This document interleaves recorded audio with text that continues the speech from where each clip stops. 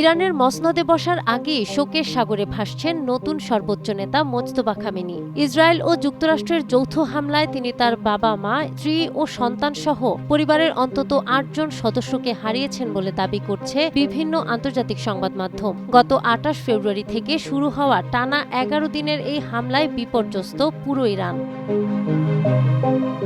ভারতীয় সংবাদ মাধ্যম এনডিটিভি ও ইরানি মিডিয়ার বরাতে জানা গেছে, ভয়াবহ ওই হামলায় নিহত হয়েছেন মোজতবার স্ত্রী জাহরা হাদাদ আদেল এবং তাদের এক সন্তান। এর আগে গত ২৮ ফেব্রুয়ারি প্রাণ হারান তৎকালীন সুপ্রিম লিডার ও মোজতবার পিতা আয়াতুল্লাহ আলী খামেনি।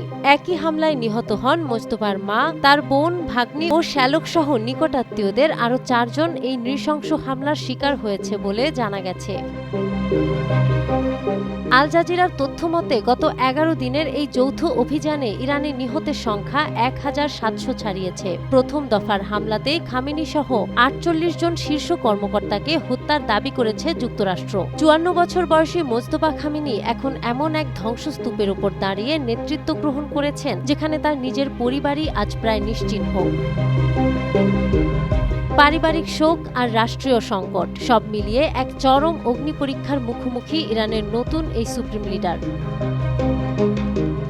নাহার বৃষ্টি, টাইমস টুডে।